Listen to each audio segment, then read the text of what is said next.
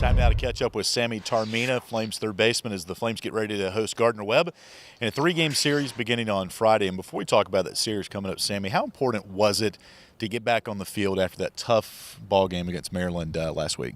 Well, it was very important for us to get some better confidence going, start swinging the bats a little better, and just get a couple of good wins against a good club going into the Virginia game.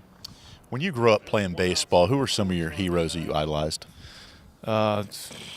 Derek Jeter in the big leagues, I always liked the way he played. Number 2 is the captain, and that's kind of everyone's dream, being the captain, shortstop, Yankees kind of deal. Right. Have you always been a third baseman?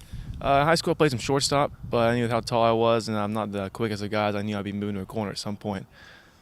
Tell me the story on how you got connected to Liberty and what ultimately tipped your fate in coming here. I think it was all Coach Toman. He saw me play a travel ball tournament. Me and Jake Kimball played together, and he came and saw both of us. And I knew of him from his recruiting days at South Carolina. And if you're a South Carolina baseball fan, you know who Jim Toman is. So I knew who he was immediately, and brought me up to Liberty, told me what he was all about, and I couldn't help but want to come play here. Talked about your last name being Italian, Taormina, Italy. You've actually been there before. So what's that like, traveling back and learning about your heritage and kind of what it means to be Italian? Oh, it was great. I went there the summer after my freshman year, and got to see where my grandma was born, got to see where she grew up, went over to Sicily and got to see where my grandpa was from. So seeing all of that with my family is a really cool thing to be part of. When you tell friends that maybe don't know a lot about Liberty, Sammy, what do you tell them about what it's like to be a student athlete here and just what the experience is all about?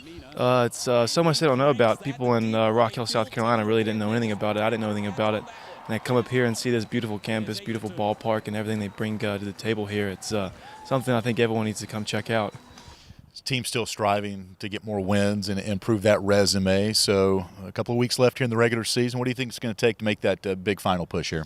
We need some big wins under our belt. We got Virginia, we got Maryland again. We got some big teams coming up and some big Coastal at the end of the year. It's going to be really big for us to get those good wins under our belt going into the tournament. Before we let you go, Sammy, what was it like a couple of months ago being on ESPN, Top 10, Penn State? We all seen the play, so what was that experience like for you? Well, I never would have thought a good thing would have came out from dropping a line drive, just playing catch, and I messed it up, and somehow a good thing came out of it. So I'm not complaining about it. It's awesome, but it's something I definitely didn't expect. All right, Sammy, we appreciate the time. Best luck this weekend. Thank you very much. It's third baseman Sammy Taormina. I'm Alan York for LibertyFlames.com.